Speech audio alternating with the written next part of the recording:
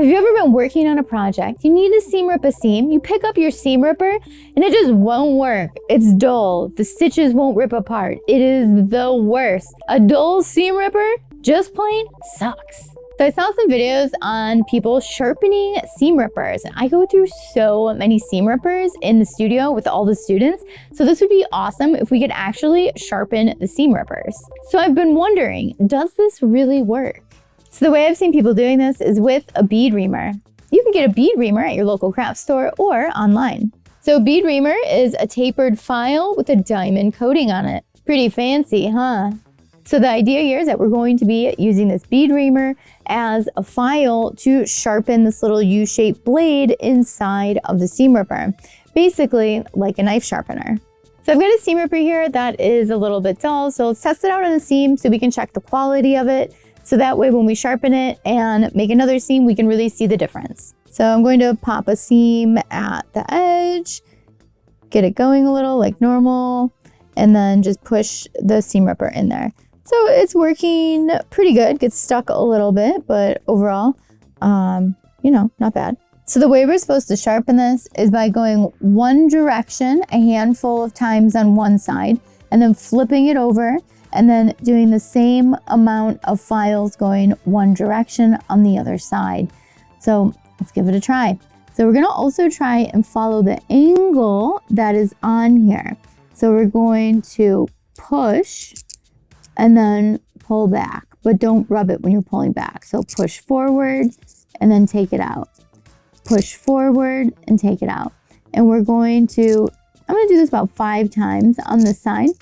Now I'm gonna flip it over. I'm gonna do it 5 times on this side too.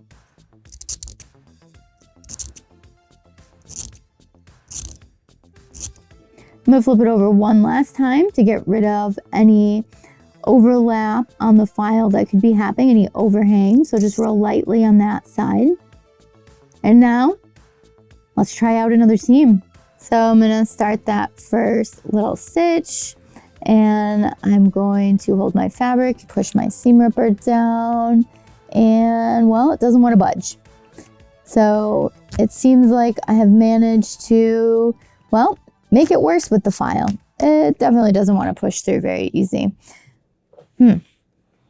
So in conclusion, the bead reamer to sharpen your seam ripper, I don't think so. I don't think it works at all, because I was even trying this off camera to really perfect this and make this work, and I just could not get it to work. I was ruining seam rippers instead of improving them. And even if maybe my technique was a little off, if it's that hard to do and it's going to take me that long to try and sharpen one seam ripper, forget it. I'm buying a new seam ripper. I'd love to know if you've tried this before and if you've gotten it to work. And if you had, what was your technique that worked for you? Leave it down below in the comments for everyone. Thank you so much for watching Sewing Anastasia today. I love trying new tools and techniques over here, and sometimes they work out amazing and they're really cool, and sometimes not so much. Don't waste your time. You can't believe everything you see on the internet. If you have any questions or comments, leave them down below and I'll get back with you as soon as I can. If you enjoyed the video today, make sure you like, subscribe, and hit that notification bell so you know when the new tutorials come out.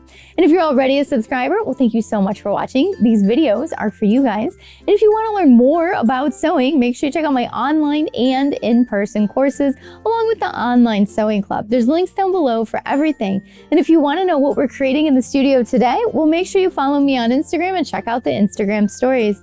Thank you so much for watching today. Bye.